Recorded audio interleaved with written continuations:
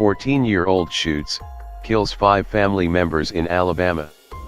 Mason Sisk, age 14, has been charged with the murders of 5 family members in Elkmont, Alabama, a small community with a population of approximately 450 in the northern part of the state. On the night of Monday, September 2nd, Labor Day, Mason Sisk called 911 around 10:30 p.m., claiming he heard gunfire upstairs. When sheriff's deputies arrived at the modest home on Ridge Road, they found Mason in the basement.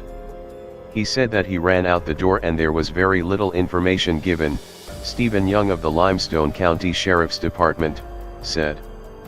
5 members of the family, John Sisk, 38, Mason's father, Mary Sisk, 35, his stepmother, and 3 children, a 6-month-old baby, 5-year-old girl, and 6-year-old boy, had been shot.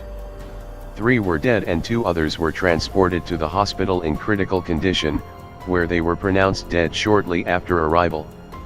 John Sisk worked at a car dealership and his wife, Mary, was a special education teacher. John also had a cosmetology license. Mason was taken in for questioning and ultimately admitted to shooting his family. With the teen's assistance, a handgun, believed to be the weapon used in the shootings, was discovered on the side of the road where it had been tossed. Investigators noted the gun shouldn't have been in the house because John Sisk was a convicted felon. Before relocating to Alabama, Sisk was convicted of a felony in Indiana. More recently, in February 2019, he was charged with armed burglary.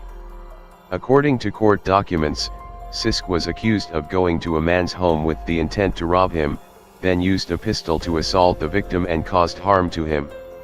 The case was still in progress at the time of the shootings.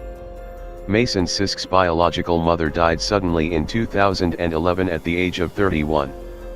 By the time of her death, she was married to another man. In addition to Mason, she had a second son. Investigators haven't yet established a motive for the murders. Mason Sisk confessed to the murders shortly after he was arrested and he is still being held in a juvenile detention facility. The proceedings in his case, like everything else, were placed on hold because of the China virus pandemic. In an interview with WAP TV in Huntsville, Mason's cousin, Daisy McCarty, claimed he had just learned Mary Sisk wasn't his real mother and she believed this was what set him off. He didn't know any different of who his mom was.